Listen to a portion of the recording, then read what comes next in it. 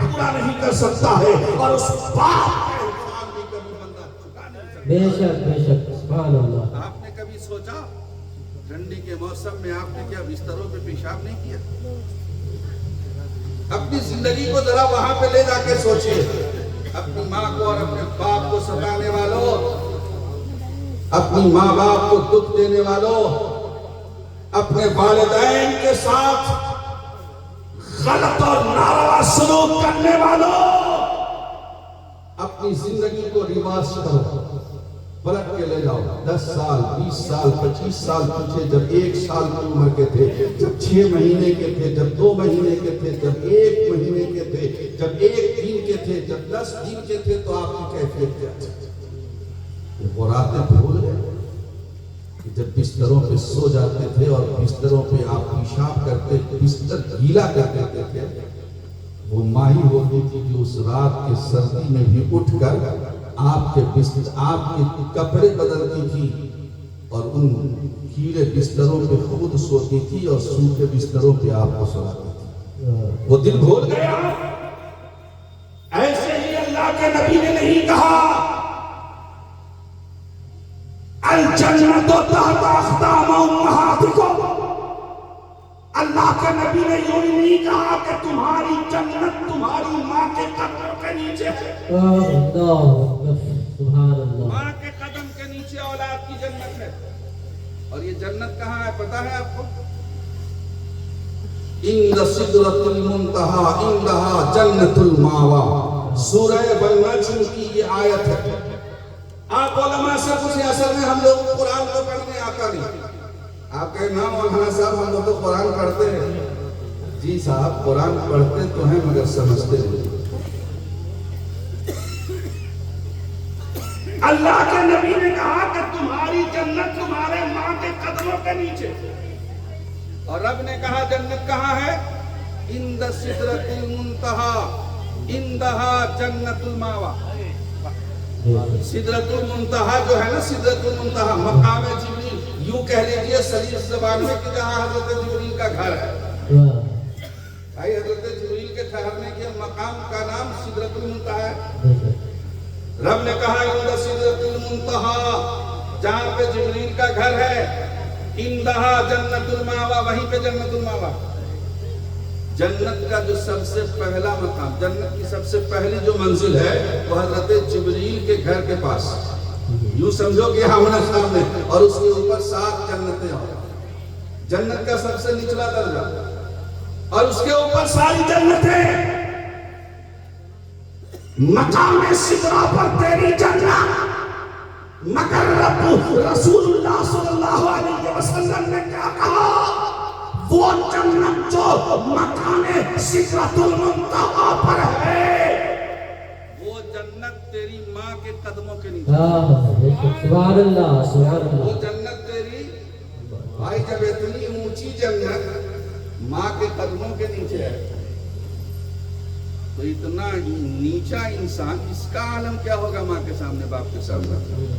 ذرا سوچئے نا، اگر میں حق بجانب ہوں تو ایک جملہ کہہ کے گزروں مولانا غلام غوث صاحب، میں کبھی کبھی اپنی تقریروں میں کہتا ہوں نا کہ جیسے دنیا میں کوئی دوسرا مکہ نہیں ہو سکتا، جیسے دنیا میں کوئی دوسرا مدینہ نہیں ہو سکتا نا، ویسے ہی دنیا میں اولاد کے لیے کوئی دوسری ماں نہیں ہو سکتی۔ دنیا میں جیسے کوئی دوسرا مکہ نہیں، اور اگر آگے بڑھوں تو ایک جملہ اور کہ جیسے اس پوری کائنات میں کوئی دوسرا خدا نہیں ہو سکتا، ویسے ہی پوری کائنات میں اولاد کے لیے کوئی دوسری ماں۔ بے شک سبحان اللہ۔ ہے کوئی جواب ماں؟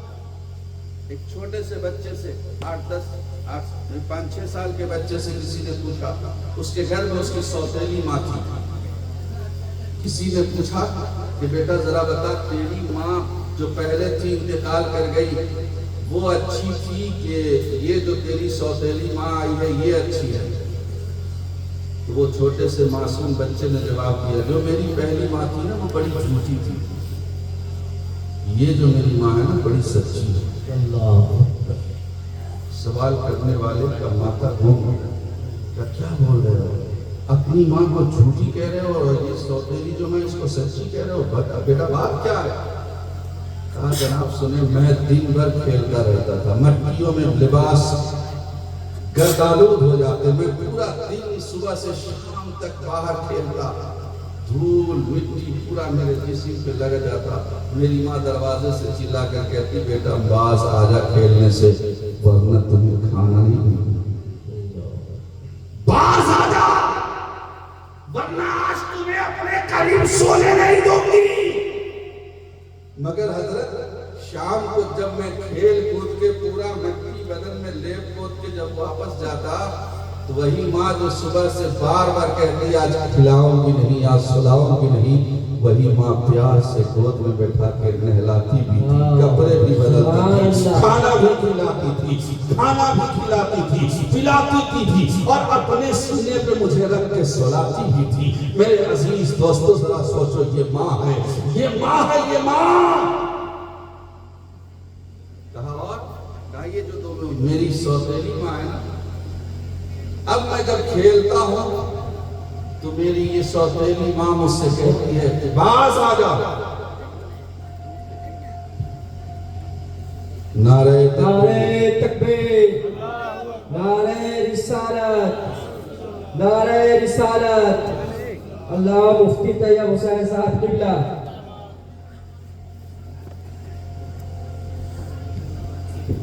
بیٹھ جائے آپ، بس میں اپنی تقریر کے آخری مرحلے میں پہنچ رہا ہوں، بس آخری 2-4-10 منٹ وضاحت کریں گے نا؟ بے شک سنیں، توجہ ہے میری طرف؟ ارے بھائی آپ جاگ رہے ہیں؟ ذرا ایک مرتبہ کہہ دیجئے یا رسول اللہ، یا رسول اللہ، آپ پیار سے بولیے یا رسول اللہ، رسول اللہ، کوئی ہاتھ نیچے نہ رہے، ہر ہاتھ اٹھے اور بولے یا رسول اللہ۔ اصلاح معاشرہ کانفرنس کو گواہ بناؤ، مدینے کی طرف لو لگا کر بولو یا رسول اللہ۔ یا اللہ ان سب کے گھروں میں برکت عطا فرما۔ آمین آمین۔ سنیں کیا کہا اس نے، تیری وہ ماں اچھی تھی یا تیری یہ ماں دوسری والی اچھی ہے؟ کیا کہا بچے نے، وہ بڑی جھوٹی تھی جو میری ماں تھی، اور یہ جو ہے نا بڑی صحیح ہے۔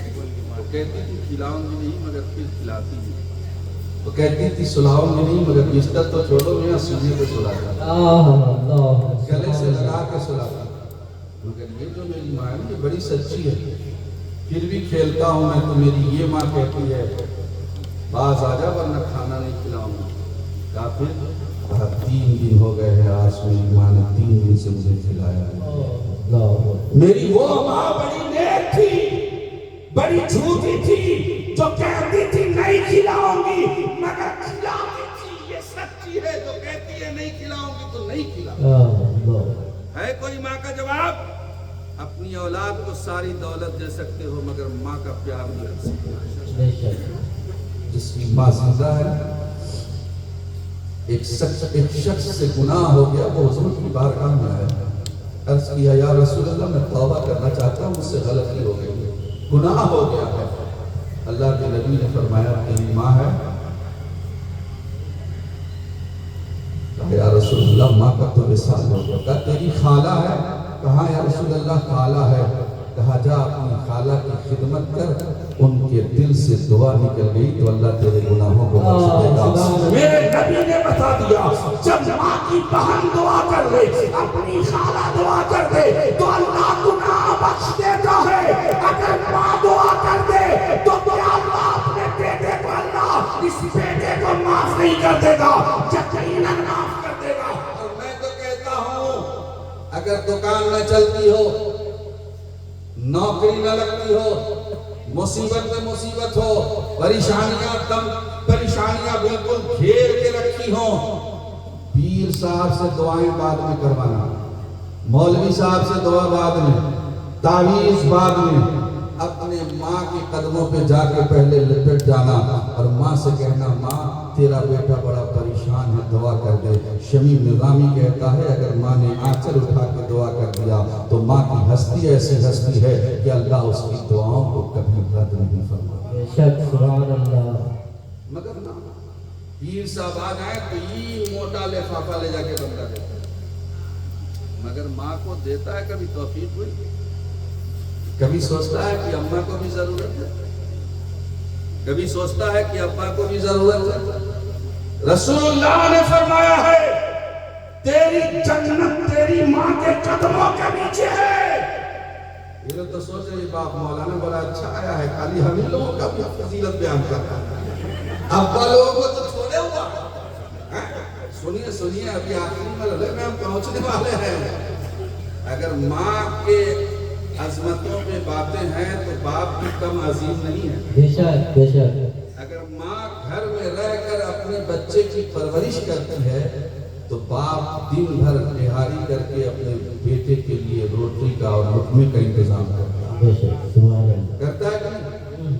اور یہ اماں جو لوگ ہنس رہی نا، اولاد کی جنت ماں کے قدموں کے نیچے ہے۔ جتنی اماں لوگ ہیں ان لوگوں کی جنت ان کے شوہروں کے قدموں کے نیچے ہے۔ ہاں، یہ نہ سمجھیں، یہ نہ سمجھے کہ شوہروں کو ناراض کر کے خدا کو راضی کر لیں گے۔ نانا، رسول اللہ صلی اللہ علیہ وسلم نے فرمایا ہے کہ خدا کے علاوہ اگر کسی کو سجدہ کرنا جائز ہوتا تو میں حکم دیتا کہ آپ نے اپنے شوہروں کا سجدہ کریں۔ اللہ اکبر۔ کم بڑی بات نہیں ہے صاحب۔ ایک بات اور بتاؤ، ہم نماز کس لیے پڑھتے ہیں؟ تاکہ خدا راضی ہو جائے اور جنت مل جائے۔ نماز جنت کے لیے نا، قرآن کی تلاوت جنت کے لیے نا۔ بھائی کس لیے کرتے ہیں؟ ایک مہینہ روزہ کا نہ رکھے، اللہ راضی ہو جائے جنت مل جائے۔ حج کیوں کرتے ہیں؟ اللہ راضی ہو جائے جنت مل جائے۔ یہ موٹا موٹا صدقہ زکات فطرہ صدقہ خیرات بانٹتے کا ہے اللہ راضی ہو جائے جنت مل جائے۔ بھائی منزل تو جنت ہے نا، منزل تو جنت، مرنے کے بعد منزل تو بھائی جنتی تو ہے کہ کہیں اور جانا ہے؟ بھائی جنتی جانا ہے نا، تو بولیے نا کیوں اتنا شرما رہے ہیں؟ جانا کہاں ہے؟ زور سے بولو، اللہ قبول فرما لے تو میرا پار ہو جائے گا۔ جانا کہاں؟ اور تو کوئی جگہ نہیں نے سوچ کے رکھا۔ ہم تو ہمیشہ سوچتے ہیں اللہ جب بھی دے جنت ہی دے، اس کے سوا کرنا، اور انشاءاللہ وہ جنت ہی دے گا، انشاءاللہ وہ جنت ہی دے گا۔ ایک بات بتاؤ، اگر جنت و جہنم کا فیصلہ ماں کو دے دیا جائے تو ماں اپنی اولاد کو کہاں بھیجے گی؟ اگر خدا نے ماں سے کہا کہ لے تیرے بیٹے کا حساب تیرے ہاتھ میں، تو ماں کیا کرے گی؟ ارے بولو نا زور سے۔ ماں تو کہے گی نا مولا اگر فیصلہ میرے ہاتھ میں ہے تو اپنے بیٹے کے لیے جنت ہی کا فیصلہ کروں گی جہنم۔ ارے بھائی جب ماں اپنے بیٹے کی آنکھ میں آنسو نہیں دیکھنا چاہتی تو کیا ماں چاہے گی کہ میرا بیٹا کبھی جہنم میں جائے؟ چاہے گی؟ اگر ماں کو اجازت مل جائے بیٹے کی تقدیر کا فیصلہ کرنے کو تو ماں کس کا فیصلہ کرے گی؟ جنت۔ علماء سے پوچھو، ایک ماں نہیں 70 ماؤں سے زیادہ پیار کرتا ہے رب اپنے بندے سے۔ 70 ماؤں سے زیادہ اگر ماں کو اختیار دیا جائے تو ماں اولاد کے لیے جنت کا فیصلہ کرے گی۔ 70 ماؤں سے زیادہ پیار کرنے والے رب کی رحمتوں پہ بھروسہ ہے کہ جب آئے گا قیامت کا دن اور اس کی رحمت جب جوش میں ہوگی تو یقیناً فیصلہ جنت ہی کا ہوگا۔ بے شک، سبحان اللہ۔ ہم رسول اللہ کے، جنت رسول اللہ کی، تم سے اور جنت سے کیا مطلب؟ وہاں بھی دور ہو، ہم رسول اللہ کے، جنت رسول اللہ۔ میں جو کہہ رہا ہوں منزل کیا ہے بھائی؟ سوچ، جنت۔ نماز کس لیے؟ تھوڑا بولتے رہیے۔ نماز کس لیے؟ منزل جنت ہے۔ روزہ کس لیے؟ عبادت کس کے لیے؟ حج کس کے لیے؟ ارے بھائی سب چیز آدمی اسی لیے کرتا ہے تاکہ اللہ راضی ہو جائے اور ہمیں جنت مل جائے اور جہنم سے چھٹکارا۔ اگر میں ایک جملہ کہوں تو میری ساری تقریر کا نچوڑ یہی جملہ ہوگا کہ دنیا میں جتنی ہم عبادتیں اللہ کی کرتے ہیں جنت کی تمنا میں، ان تمام عبادتوں کا جو صلہ ہم نے سوچ کے رکھا ہے جنت، اللہ نے ان تمام عبادتوں کا جو صلہ جنت ہے اس اس جنت کو اللہ نے ماں کے قدموں کے نیچے رکھا۔ اللہ نے وہ صلہ کیا جنت کا ماں کے قدموں کے نیچے۔ وہ بڑی اچھی بات کسی نے کہی کہ اسکول کے ٹیچر نے کہا کہ بیٹا کل سب اپنے اپنے گھر سے جنت کی مٹی لے کے آئے۔